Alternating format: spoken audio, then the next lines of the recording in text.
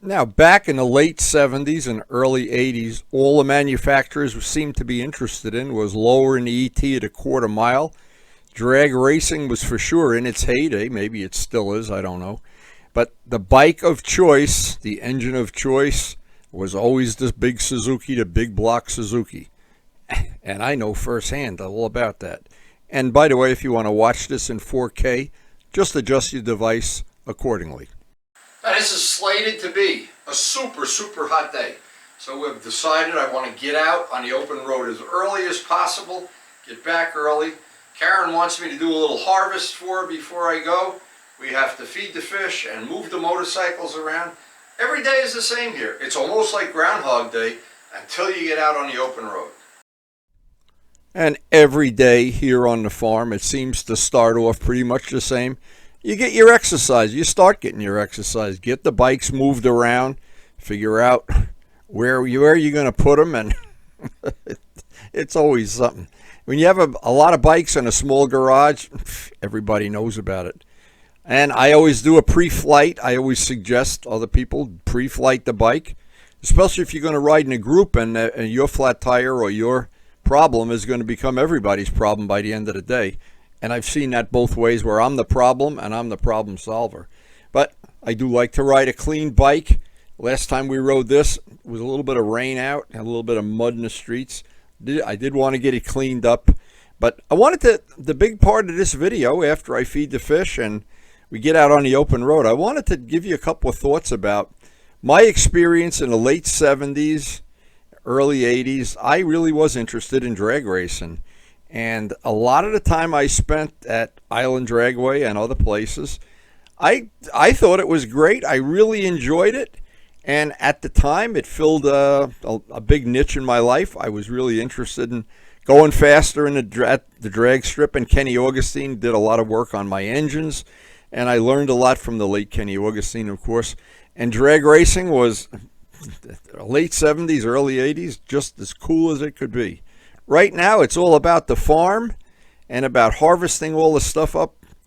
And I've treasured the fact that I never turned this into anything but a stock bike. I really, at this point in my life, I look back and boy, I was tempted to go for big bore kits and things. Now I'm going for big tomatoes.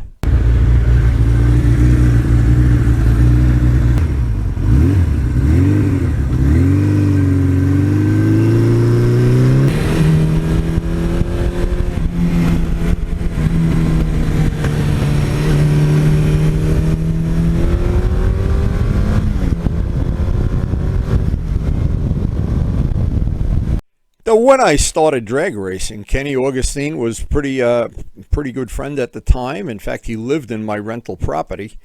And one of the things he told me right away, he says, you know, if you're willing to spend some money, you can go fast. And we took some of my older bikes, including one of my RDs, and made a drag bike out of it with some limited success. But it was all about making power.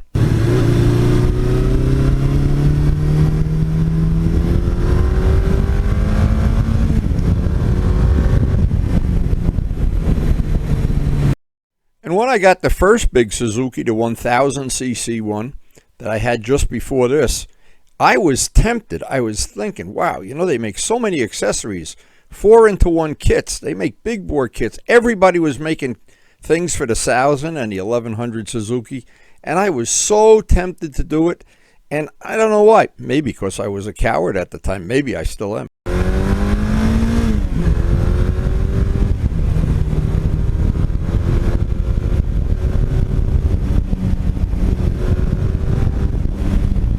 But it was funny back in the day when you'd go to the Island Dragway and everybody'd see you had a 1000 or an 1100. Hey, if you ever want to sell that engine, you know, if you ever wreck the bike, we want that engine. And the reason everybody wanted that engine, of course, in drag racing, it's mostly about making power, because you can double the power of that engine and it's still relatively reliable. It's a unique, I think, engine in a lot of ways.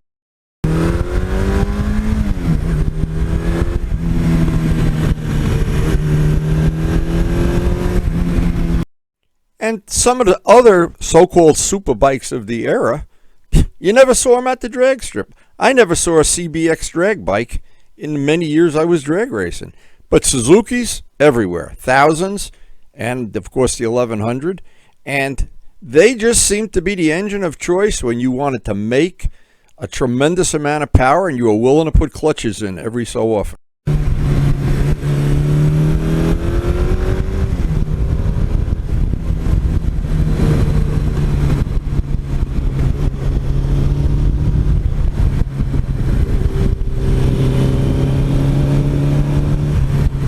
That was basically because I had other bikes at the same time. I had several Suzukis at the same time, a 500, a 750, and this bike.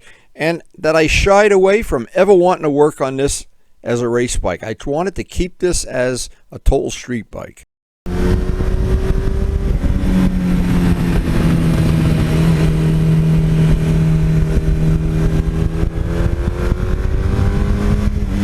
And all of the people that were serious about drag racing, first thing you did was change the gearing. And if you were really lazy, you just put a 14-tooth counter sprocket on and made the swing arm just a little bit longer because the chain stretched out.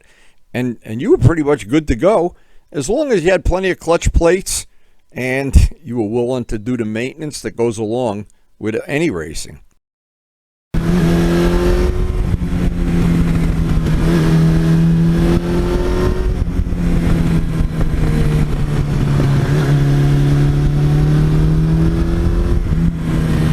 But 41 years and 78,000 miles later, I'm so glad I kept it stock. And the one thing you'd always trade away when you make any kind of high-performance bike is the longevity. And I'm so glad right now that engine is still as bulletproof.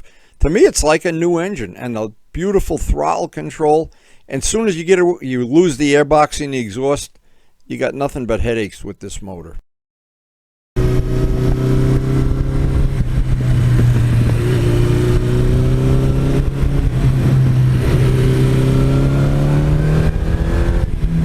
And I remember when Aaron got his GS, the twin to this bike, I rode it.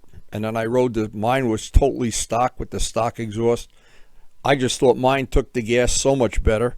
And Aaron was very frustrated for many, many months trying to get a stock exhaust. And the people of the day, because they'd buy a 4-in-1 and the parts were everywhere, they'd throw it away. They'd throw the stock exhaust away. Now, they're priceless. And one that's in good condition, sometimes you can't even find one at any price. And back in the day, people just threw them in the garbage.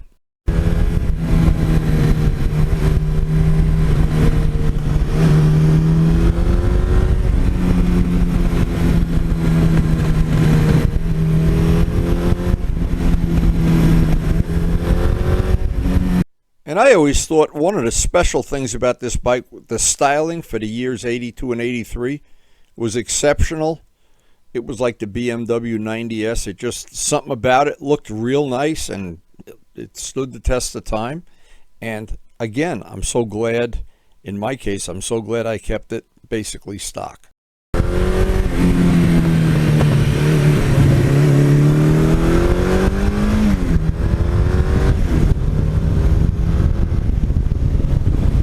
Now, this is basically a stock bike with a very few mods. The brakes are upgraded and things, but the engine itself is just an exceptional piece of equipment, and even stock, it's a thrill to ride this bike.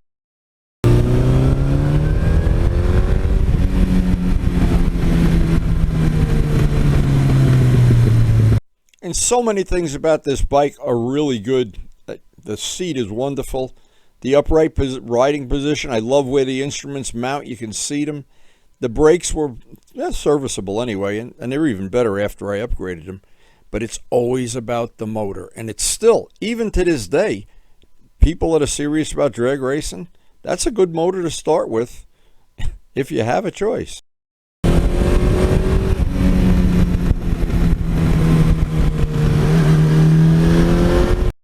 And I think this is really the end of the line for air-cooled Suzuki engines. Then they went to oil cooling and various things. But a pure air-cooled engine, this is one of the last ones. And even to this day, even here we are 41 years later, you get on that bike, the seat is comfortable, and you just wait till the road opens up in front of you and go through the gears. And it was, I think, in a lot of ways, This bike was really, really ahead of its time.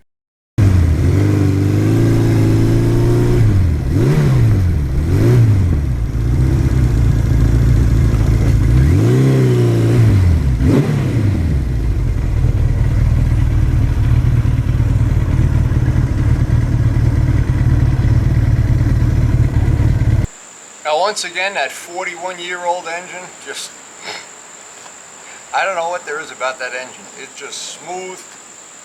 No wonder everybody wanted it back in the day.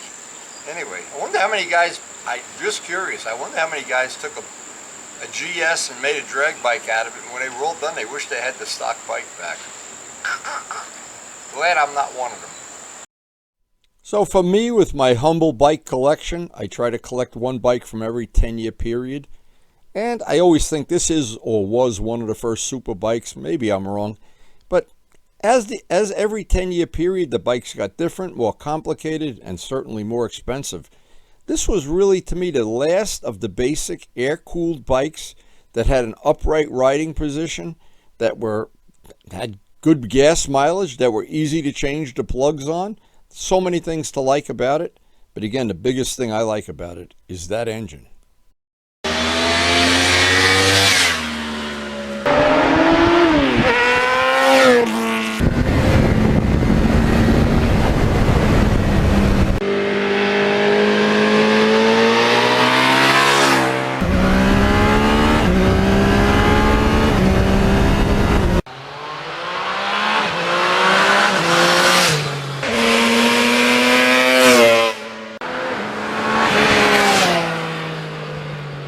And thanks so much for watching.